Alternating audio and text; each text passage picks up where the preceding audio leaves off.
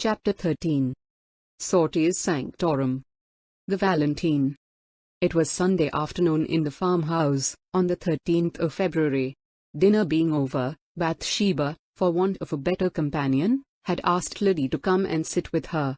The mouldy pile was dreary in winter time before the candles were lighted and the shutters closed. The atmosphere of the place seemed as old as the walls. Every nook behind the furniture had a temperature of its own, for the fire was not kindled in this part of the house early in the day, and Bathsheba's new piano, which was an old one in other annals, looked particularly sloping and out of level on the warped floor before night threw a shade over its less prominent angles and hid the unpleasantness.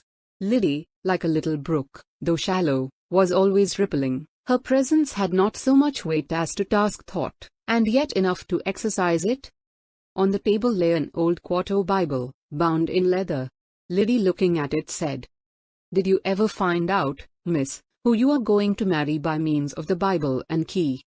"Don't be so foolish, Liddy. As if such things could be." "Well, there's a good deal in it, all the same."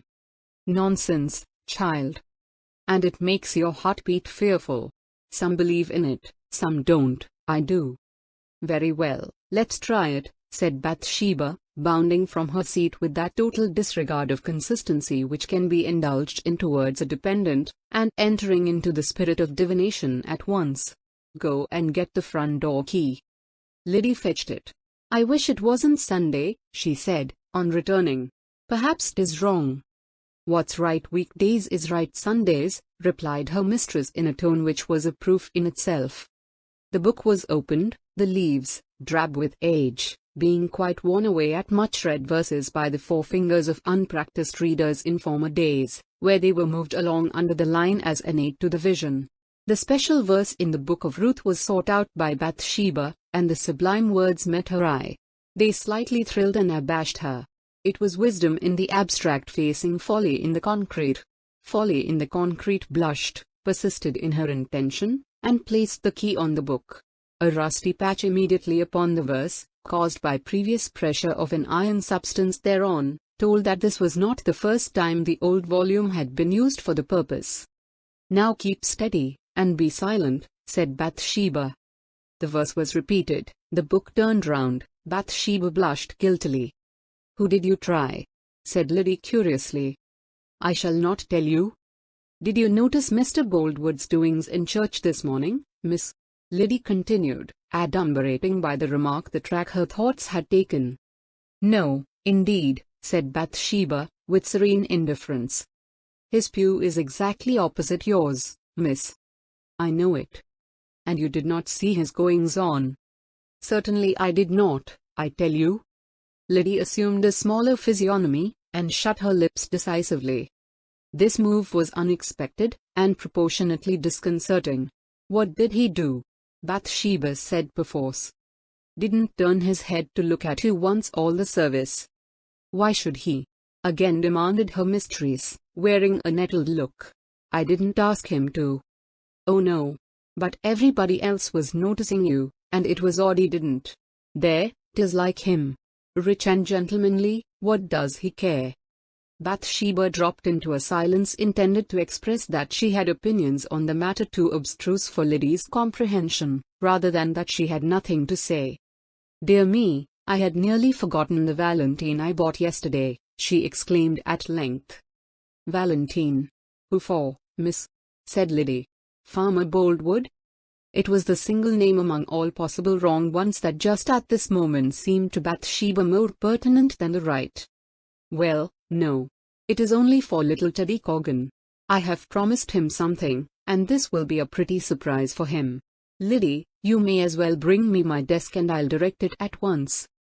Bathsheba took from her desk a gorgeously illuminated and embossed design in post octavo, which had been bought on the previous market day at the chief stationer's in Casterbridge. In the center was a small oval enclosure. This was left blank, that the sender might insert tender words more appropriate to the special occasion than any generalities by a printer could possibly be. "Here's a place for writing," said Bathsheba. "What shall I put?" "Something of this sort, I should think," returned Liddy promptly. "The rose is red. The violet blue. carnations sweet. And so are you. Yes, that shall be it. It just suits itself to a chubby-faced child like him, said Bathsheba. She inserted the words in a small though legible handwriting, enclosed the sheet in an envelope, and dipped her pen for the direction.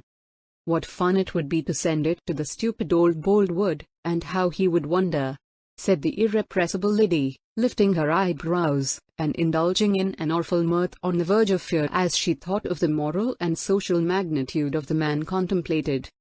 Bathsheba paused to regard the idea at full length. Boldwoods had begun to be a troublesome image, a species of Daniel in her kingdom who persisted in kneeling eastward when reason and common sense said that he might just as well follow suit with the rest, and afford her the official glance of admiration which cost nothing at all. She was far from being seriously concerned about his nonconformity. Still, it was faintly depressing that the most dignified and valuable man in the parish should withhold his eyes, and that a girl like Liddy should talk about it. So Liddy's idea was at first rather harassing than piquant.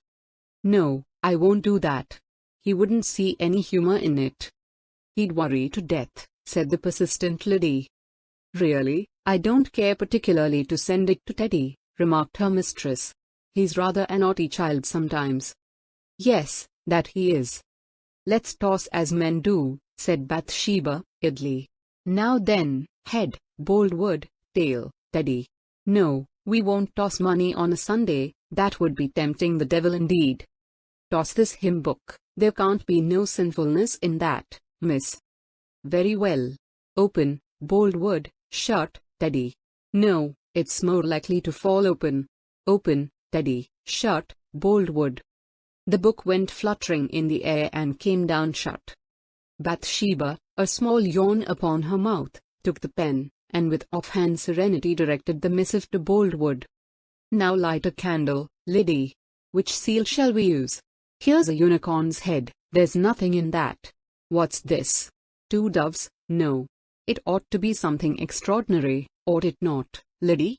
Here's one with a motto. I remember it is some funny one, but I can't read it. We'll try this, and if it doesn't do we'll have another. A large red seal was duly affixed.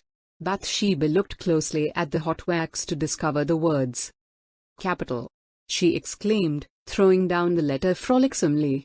'Twould upset the solemnity of a parson and clerk too. Liddy looked at the words of the seal, and read. Marry me. The same evening the letter was sent, and was duly sorted in Casterbridge post office that night, to be returned to Weatherbury again in the morning. So very idly and unreflectingly was this deed done. Of love as a spectacle Bathsheba had a fair knowledge, but of love subjectively she knew nothing. End of chapter 13. Thank you.